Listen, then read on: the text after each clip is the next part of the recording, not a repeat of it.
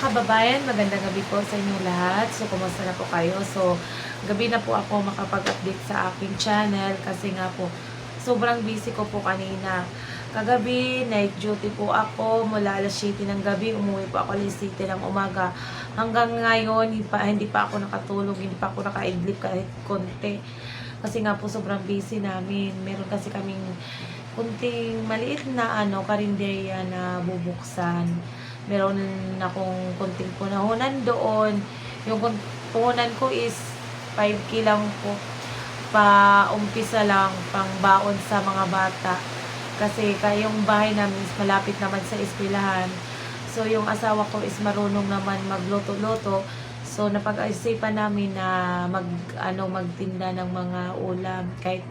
Kahit hindi kalakihan yung namin, yung puhunan, at least meron kaming araw-araw na income para sa baon ng mga bata. Kasi meron na po akong isang college, tapos meron pa po akong grade 12.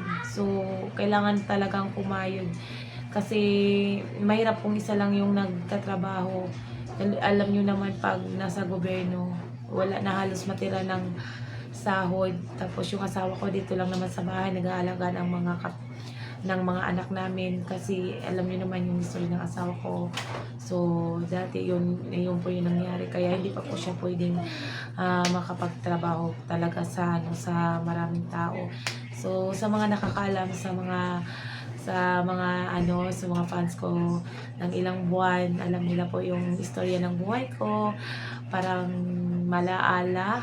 O, sobrang basta malalaman nyo na lang po yung to. Balikan nyo po yung dati ko pong mga video. Doon ko po kwento yung buhay ko po. So, ngayong araw is nakakapagod.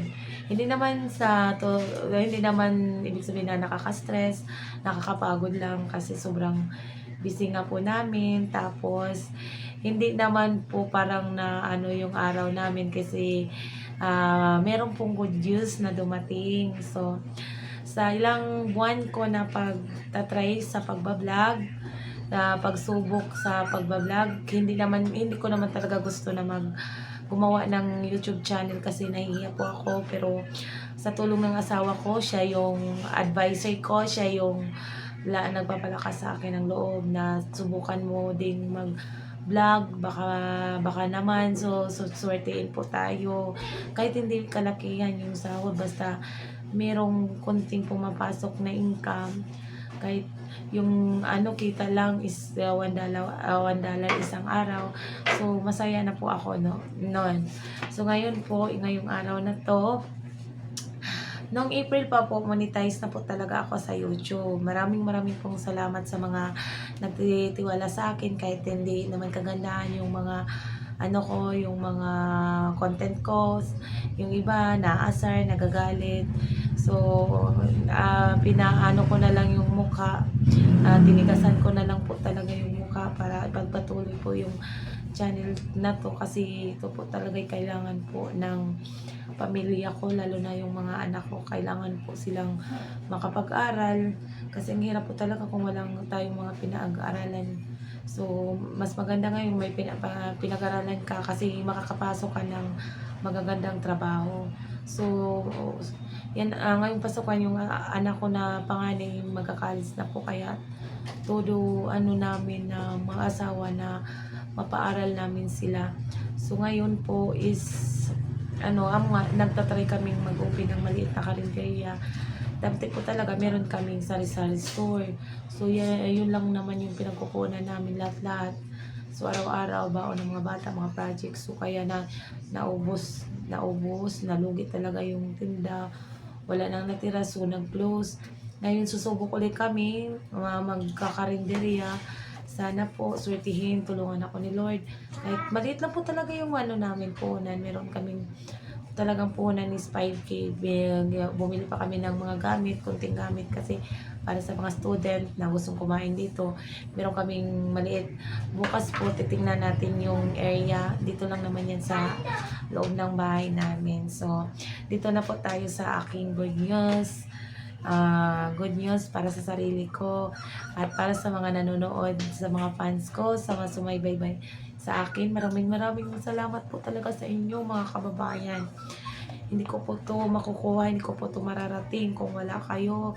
Salamat po sa panonood. Kahit yung iba pinapahiya po ako. So tinatanggap ko yun para para lang makapagpatuloy sa pagbablog. Minsan naiisip ko ayaw ko na nga mag-vlog kasi yung iba kasi nagagalit, nakakahiya. So pero yung asawa ko, sige tuloy lang, huwag mo nang pansinin yung mga yung mga bashers kasi wala naman sila kung ibang magagawa. Yung paninira lang paninira talaga. Kaya sana titigil na ako sa pagre-reactor ni Day Chris na, pero hindi talaga ngayon kasi yung asawa ko fans na fans po sa kanila ni Chris na. So siya po talaga idol na idol niya si Chris na, kaya sabi niya wag, sayang, ipagpatuloy mo hanggang nandyan daw si Chris na, hindi tayo mawawala, nakasuporta lang po tayo sa kanya. So ito nga po nagsimula lang po ako nung January sa pagbablog. At nung April na monetize na po ako, nakapag-set up na po ako doon, pero hindi pa po ako sumasahod. So alam niyo po mga kababayan, yung iba nagagalit kasi paupo-upo lang po daw ako, tapos nagsasalita. Kumikita daw po ako ng sabi, kumikita ako, sumasahod ako. Pero alam niyo po mga kababayan, yung pumapasok po talaga, wala pa po akong natatanggap na sahod. Pero alam niyo po mga kababayan, yung po pumapasok po talaga na sahod sa akin is nasa $1 lang po araw-araw, or sobra, nasa hindi aabot ng $2. Tapos may time na hindi aabot ng $1. Pero masaya na ako noon kasi kung may ipon is malaking tulong din po yun sa pamilya namin. Kaya pinaghirapan ko po talaga na makapag-upload araw-araw kasi hindi naman po ako sikat na kahit hindi mag-upload isang buwan, kikita. So parang yung ginagawa ni Chris na yan din yung ginagawa ko.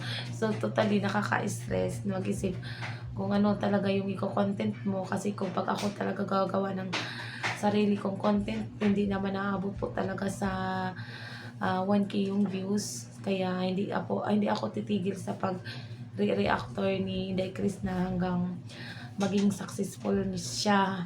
Andito lang po talaga ako, malalay sa kanya. Pero wag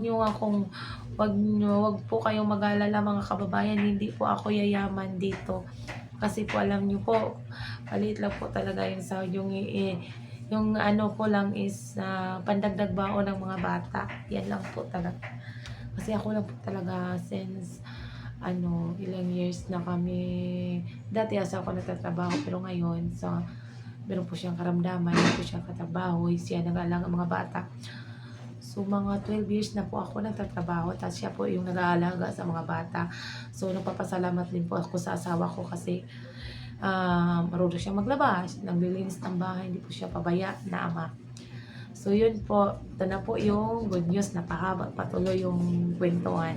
So ito na po mga kababayan, para po makuha ko po yung sahod sa YouTube, meron pong last na hinihingi yung YouTube para ma-pay out na yung sahod ko. Hindi naman gaano kalaki yan yung sahod ko, pero pinaghirapan ko po yun. So ito na po mga kababayan, nakuha ko na po. Ayan naman po mga kababayan, Google AdSense po yan, galing po yan sa YouTube. Ito po yung hinihingi ni YouTube para po ako po ay makasahod na. So ilang din to hinihintay ko. Nag-try ako mag-request noong April. Ito yung pinakahuli, pero merong 3 attempt lang po to para makuha.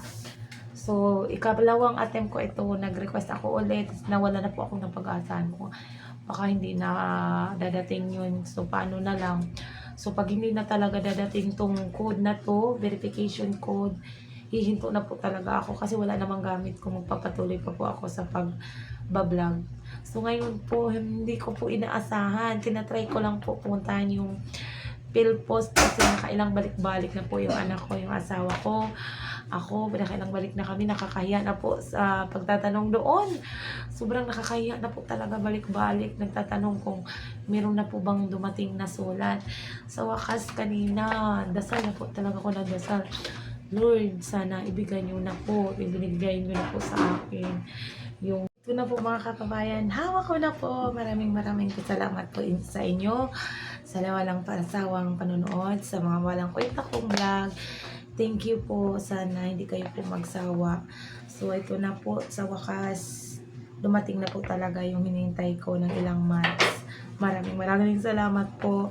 May pagpatuloy ko na po yung pag nasimulan ko, yung pagsusuporta ko kay Inday Chris, na hindi po talaga ako mawawala hanggang sa pag ano niya, sa pagiging successful niya sa buhay, hanggang marating niya yung lahat ng wish na ni-winish niya doon sa bike ko, sinusubaybayan ko po. Yun lamang po. Maraming salamat mga kababayan. May dumating na po talaga. Thank you, Lord.